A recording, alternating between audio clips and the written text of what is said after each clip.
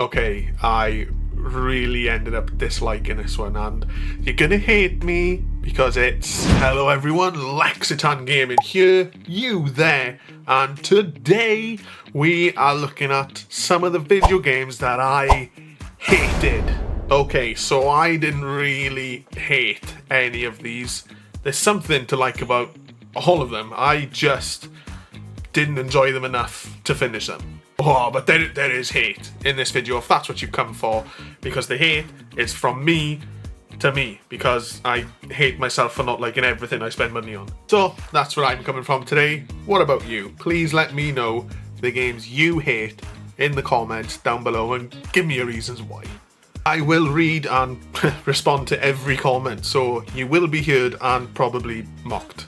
Quick public service announcement, we have recently just gone over 100 subscribers. Yeah! From the bottom of my cold and black heart, thank you all so much for tuning in, for liking, subscribing, leaving a comment. It really means a lot to me, and it does boost my already massive ego just enough to keep me going. So thanks. You are the best. Well, since we're already on the subject, if you haven't already, please subscribe. Leave a like if you end up liking the video, and comment down below like I've already said to do. Warning, some of your favourite games ever will be here.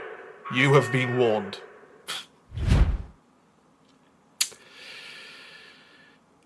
This one hurts. This one hurts.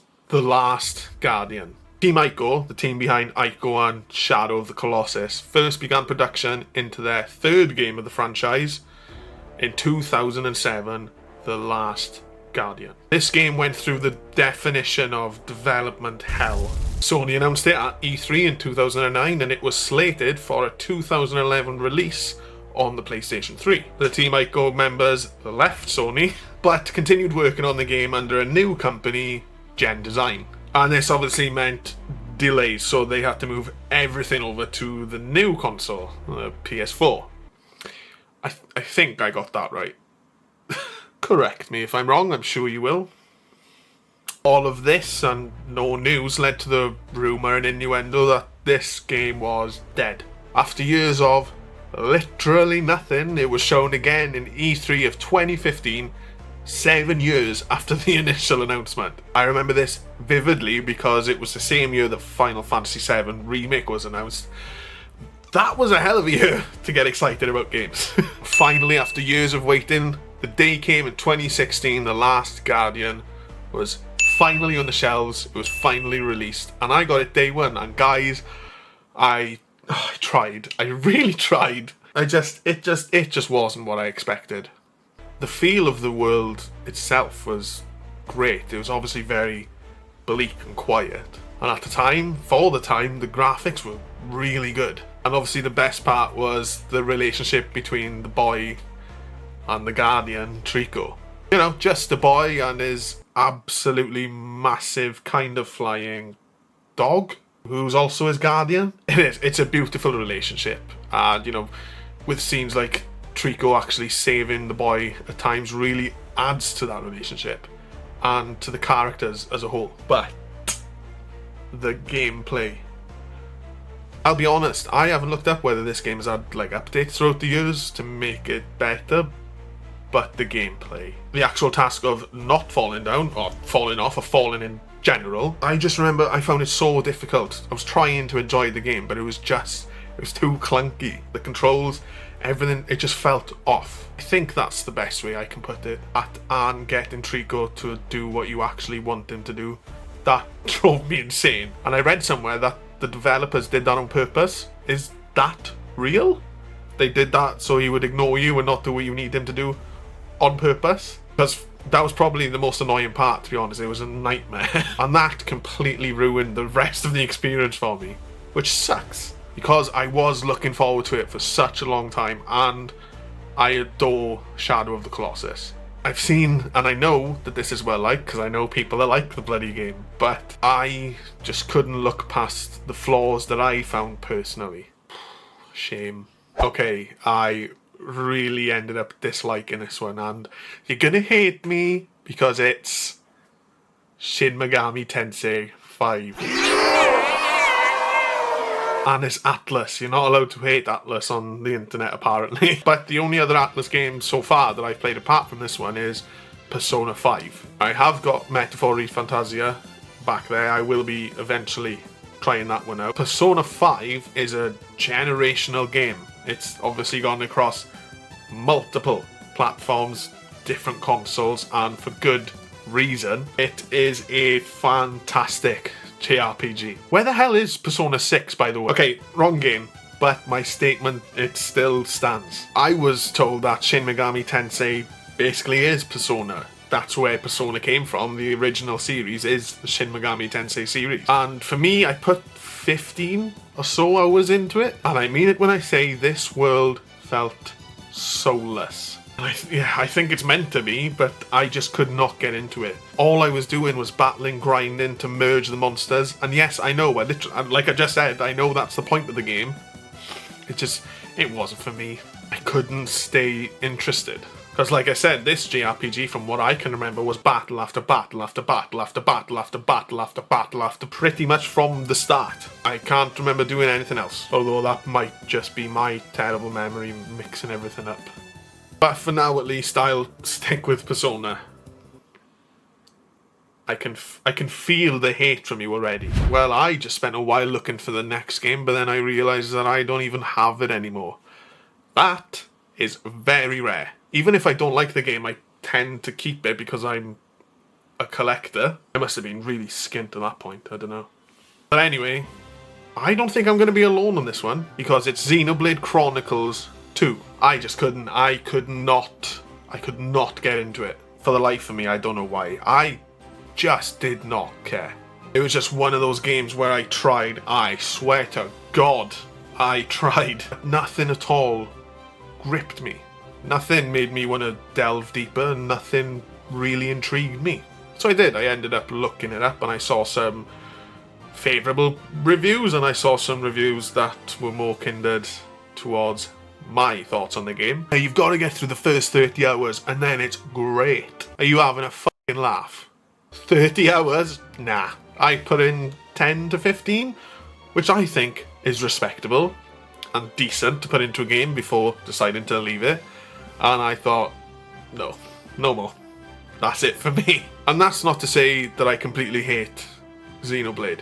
I love Xenogears, and from what I've heard, the first and the third ones are probably the best ones. Typical. I decided to get the second.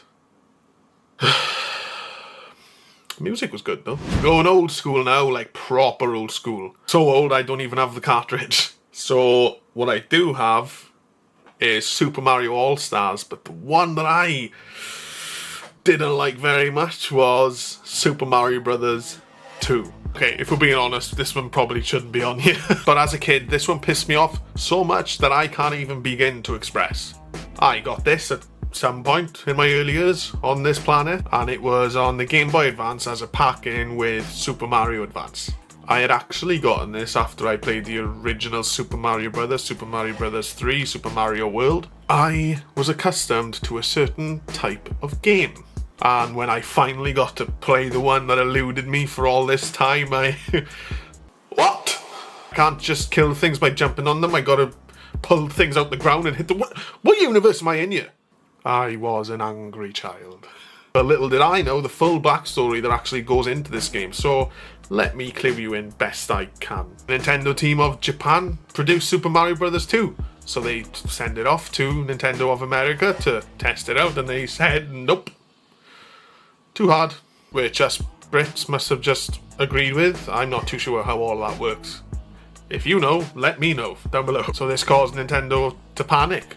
They can't just make a whole new game. What the hell are they going to do? Well, Super Mario Bros. 2 as it was, released in Japan in 1986. Bit of an advancement from the first game, released just a year later to try and capitalise on all of the glory of the first Super Mario Bros. The North American / PAL version was released in 1988 and 1989 respectively. And obviously what we got was not what Japan got. We got a reskin of Doki Doki Panic. This was a game that came out on the Famicom a year before.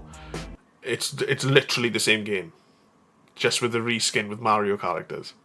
No Goombas, no usual enemies at all, and you can play as Peach and fucking Toad. Japan later released that same game, the Doki Doki Panic game, as the Mario game in 1992, just naming it Super Mario USA.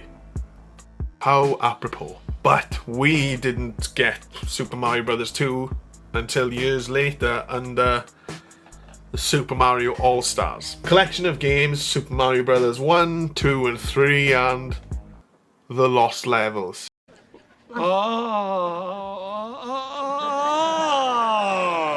But yeah, I just wanted to add it in because I can remember little Lexington being absolutely heartbroken all those years ago. I actually quite like it now. And we're going to end it on possibly the most controversial game on this list. Final Fantasy XII. Oh boy! I can see you coming, pitchforks in hand, ready to batter me, but I have my reasons, so please just hear me out. Final Fantasy XII was my first Final Fantasy ever. If you've seen my Final Fantasy X video, you'll know the story, but to summarise, I didn't have a clue what was going on. This, apart from Pokemon, was my first ever RPG. I didn't know who to speak to, I didn't know where to go, I didn't know what I had to do. I was utterly underprepared and completely lost. Since then, I've actually seen people putting this high in their top 10s. A lot of people actually putting this as their number 1. So seeing all this a couple of years ago, I got the Zodiac remaster. I played a couple of hours and it was alright.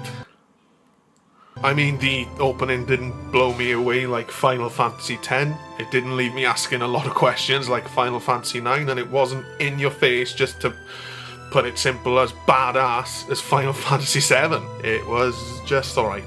I am no fan of the active dimension gambit MMO kind of battle system. I did not get along with it. In all honesty, I just didn't get it. Now, unlike a lot of the games here, I will be trying to go back to this one, because eventually I want to do some kind of ranked Final Fantasy games for you, the people.